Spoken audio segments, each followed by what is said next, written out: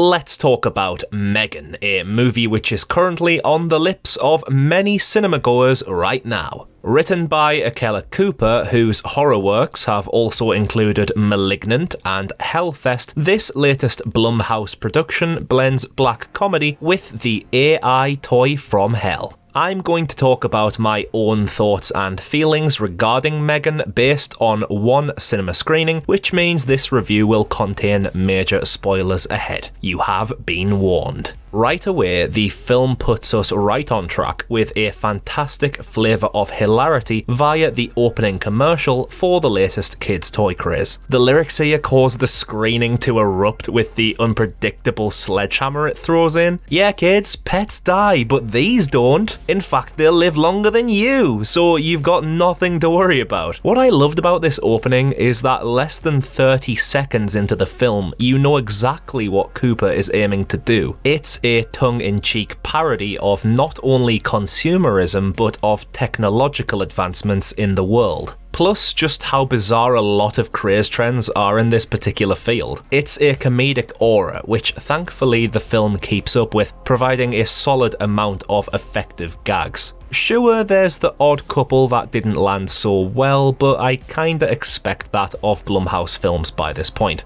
I generally find their more serious productions to be kinda samey to me, so by going for a full-on self-aware parody of societal elements, I think was absolutely the best decision to go for with M3GAN, rather than a double-barreled scarefest. However, it does have some fairly creepy stuff in there if you're looking for it though. The uncanny valley is certainly explored with the unsettling nature of M3GAN, which is brought to life through utterly incredible special effects and clever use of child actor Amy Donald. M3GAN is completely convincing on the silver screen, and her extensive features as a constantly evolving best friend who learns more about the child she's paired with were handled super well. The jargon involved here actually came across as somewhat plausible given the real world's advances in AI, but not only did M3GAN feel like something which could in fact become a reality, she was thoroughly entertaining to watch. Whether it was her quiet, scornful expression mode, or her nicey-nicey plaything mode, or her snappy wisecracking mode, there were several layers of threat to M3GAN which varied in tone but all felt sinister in some regard. Also, the voice acting by Jenna Davis was really rather good here, being able to switch between corrupt and sweet with ease. On the whole, as a cinematic creation, M3GAN was a lot of fun to witness. But of course, M3GAN needs a best friend to pair with, which in this case was Katie, played by Violet McGraw, who has been having an excellent career in the genre with the likes of The Haunting of Hill House and Dr. Sleep.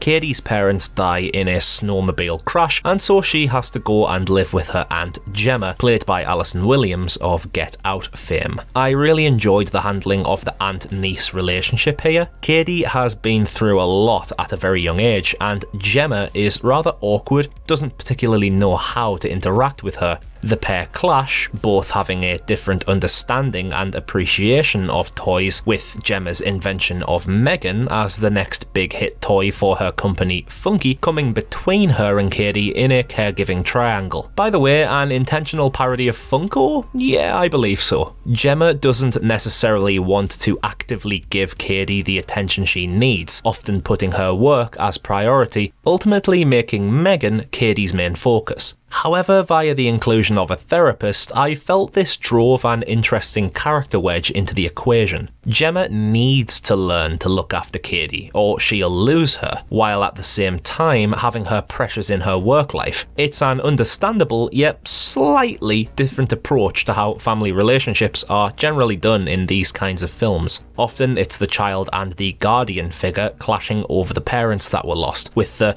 "you're not my mom" or "you're not my dad" quote getting rinsed. But here, that isn't the case. It's a somewhat more complex spider diagram between Gemma, Katie, M3GAN, and the therapist, which I found grew some extra flesh to the bones of this film. But what I also loved about the final outcome of Gemma and Katie is that it didn't shove the moral story down your throat. It was present, but didn't feel forced or preachy necessarily, given just the right amount of focus for you to care but not feel overfed, sugar-coated dialogue. It was a fine balance that worked well for me. Equally, the balance between the horror and the comedy was rather strong. When it wanted to be scary, even though it wasn't like frightening or anything, tonally it was able to go more in that direction, with everything from M3GAN sitting on the windowsill in the dark, or her shifting into spider mode in the forest, getting audible reactions from the audience of, "Oh god." It was nice to hear an invested reactive screening. Some of the biggest reactions to the film came from any of the singing segments. The idea that the film could just switch into a semi-musical at any given moment was pretty brilliant, because it only complemented the appreciated silliness of the concept. M3GAN bursting out into Sia's Titanium as a bedtime lullaby caught everyone off guard to a point where laughter just couldn't be prevented. I also need to shout out the detective asking Gemma questions about her annoying next door neighbour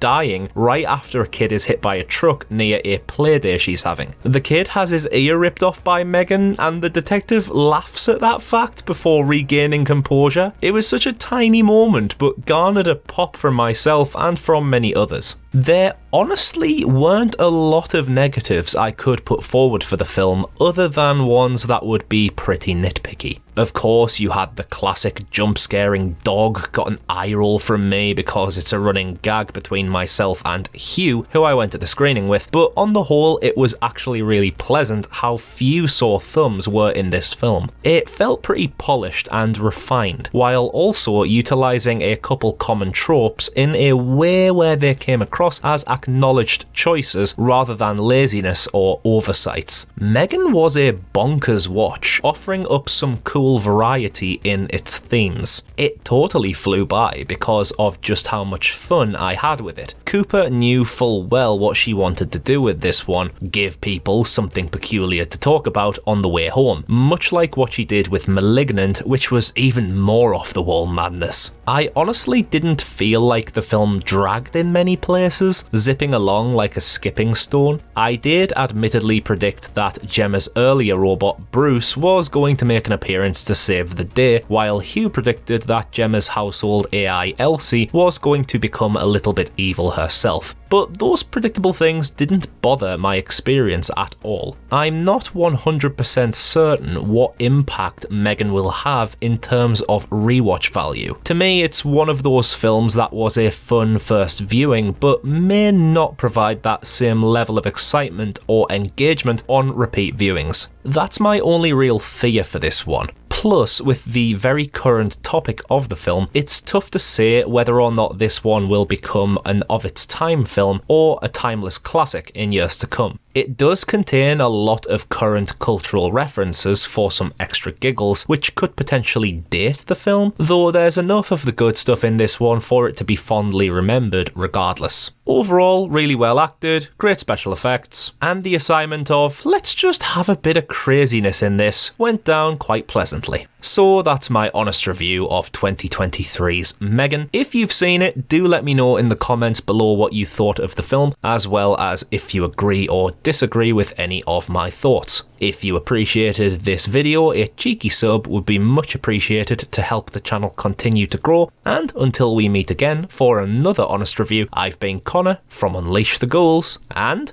cheers out.